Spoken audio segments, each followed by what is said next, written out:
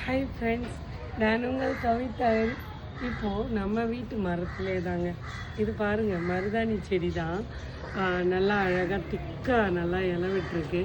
இதை வந்து நம்ம வந்து உருவி கையில் வந்து வச்சுக்கலாம்.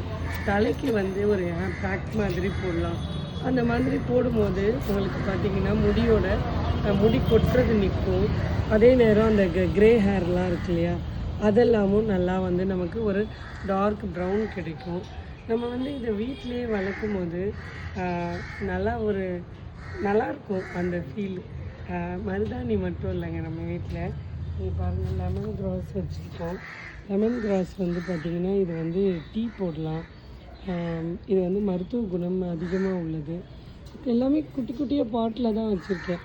நமக்கு பிடிச்சா நம்ம வந்து அதை வந்து எப்படி வேணாலும் வளர்க்கணும்னு நினச்சிட்டா வளர்த்துலாம். இங்கே பாருங்கள், இது வந்து நந்தியாவட்டை, ஒத்த நந்தியாவட்டை தான் நிறைய பூத்துருக்கு. டெய்லி பூஜைக்கு நாங்கள் வந்து பூலாம் வாங்குறதே இல்லை. என்ன பார்த்திங்கன்னா எங்களுக்கு தான் செம்பருத்தி, நந்தியாவட்டை. இந்த சைடு பார்த்திங்கன்னா நம்ம வந்து மல்லி செடி வச்சுருக்கோம். இப்போ வந்து எல்லாமே இப்போ தான் மொட்டு வச்சுருக்குது. இங்கே பாருங்கள், நல்லா அழகாக கொத்து கொத்தாக மொட்டு வச்சுருக்குது. இனிமேல் வந்து வெயில் படப்பட நல்லாவே அழகாக வந்து மல்லி வந்து மொட்டு கட்ட ஆரம்பிச்சிடும். அதே நேரம் நமக்கு வந்து பூஜைக்கும் சரி, எதனா ஃபங்க்ஷன் போகிறோமா எல்லாத்துக்குமே நமக்கு பூ நல்லா நிறையா கிடைக்கும். அந்த சைடு பார்த்திங்கன்னா நம்ம வீட்டில் இது வந்து கனகாமரம் வச்சுருக்கோம்.